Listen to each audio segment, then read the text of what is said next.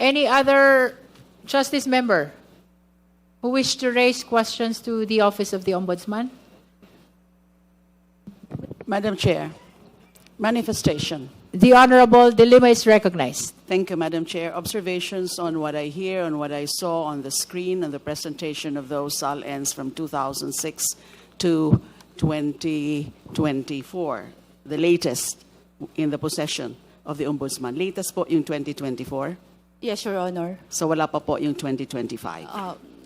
We have not received the submission of the 2025 For SALN of the Vice 2025. So the President. latest is 2024. Yes, Your Tatlong Honor. obserbasyon po.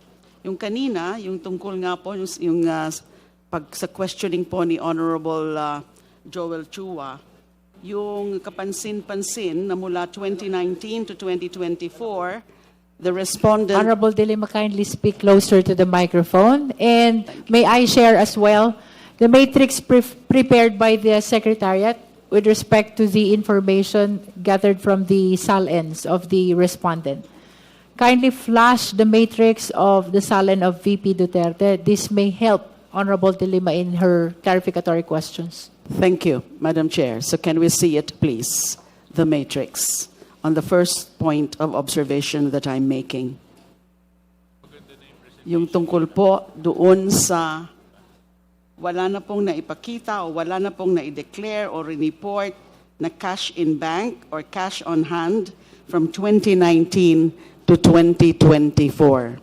Pero nung mga una ay meron mga rini-report na mga cash on hand or cash in bank. So, maliho atang matrix yung nakalagay dyan.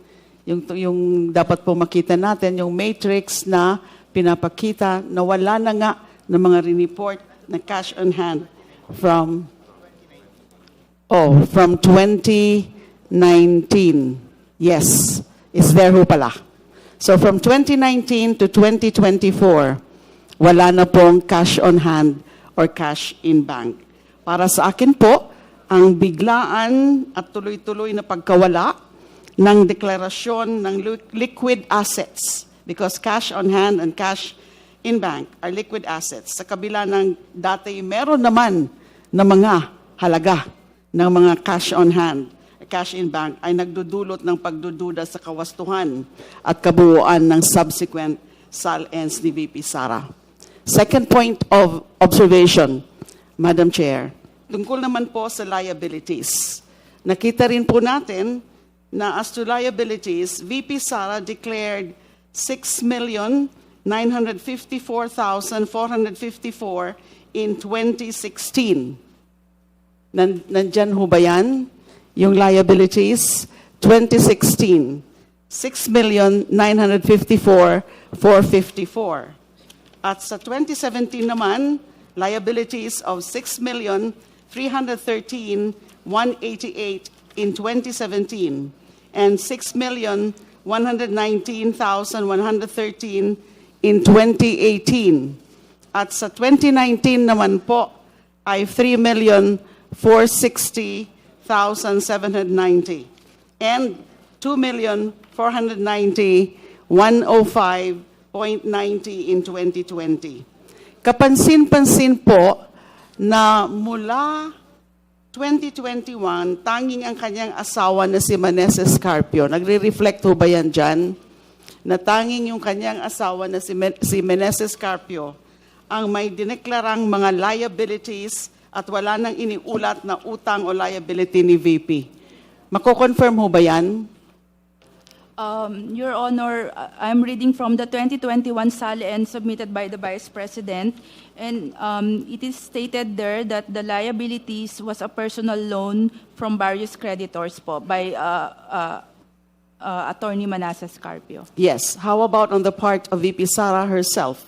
Meron pa ho ba ng mga rineport na liabilities in 2016, 20, beginning in 2021? Meron ho ba rin-report na liabilities? Let me check, Your Honor, with regard to the 2022 SALN of the Vice President.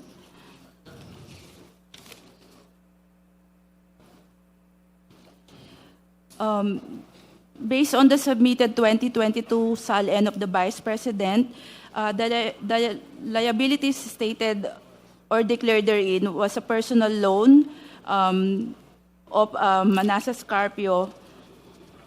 That's all, Your Honor, for the 2020. Manassas Carpio. How about 2022? So no no Sara Duterte. For the 2023 SALN, Your Honor, based on the submitted SALN by the Vice President, the liabilities declared therein was a personal loan of Manassas Carpio, Your Honor. Again, of Manassas Carpio and not Sara Duterte. 2024, please.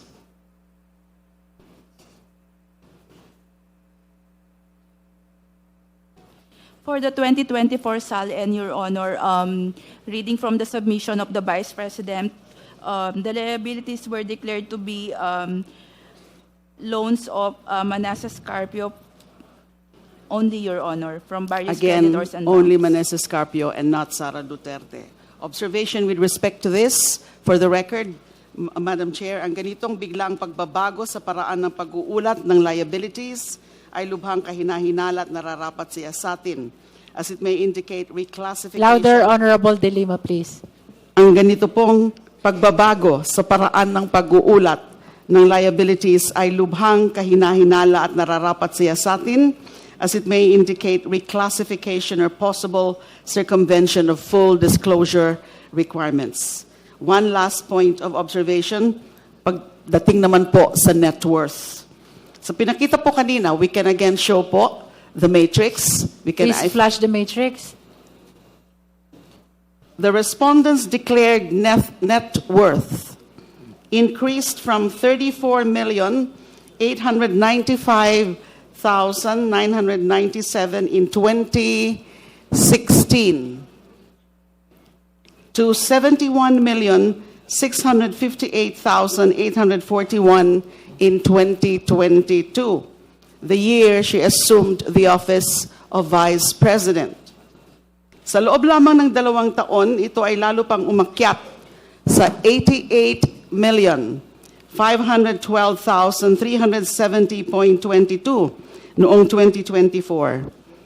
Obserbasyon po, ang ganitong mabilis at medyo malaking pagtaas ng yaman with the absence of declared liquid assets and the diminution or transfer of liabilities ay nagbubunsod ng seryoso ring pagdududa hinggil sa veracity, transparency, and integrity of the Vice President's financial disclosures. So those are my observations with respect to the SALNs. Maraming salamat po. The observations of the Honorable De Lima are noted by the committee. Madam Chair,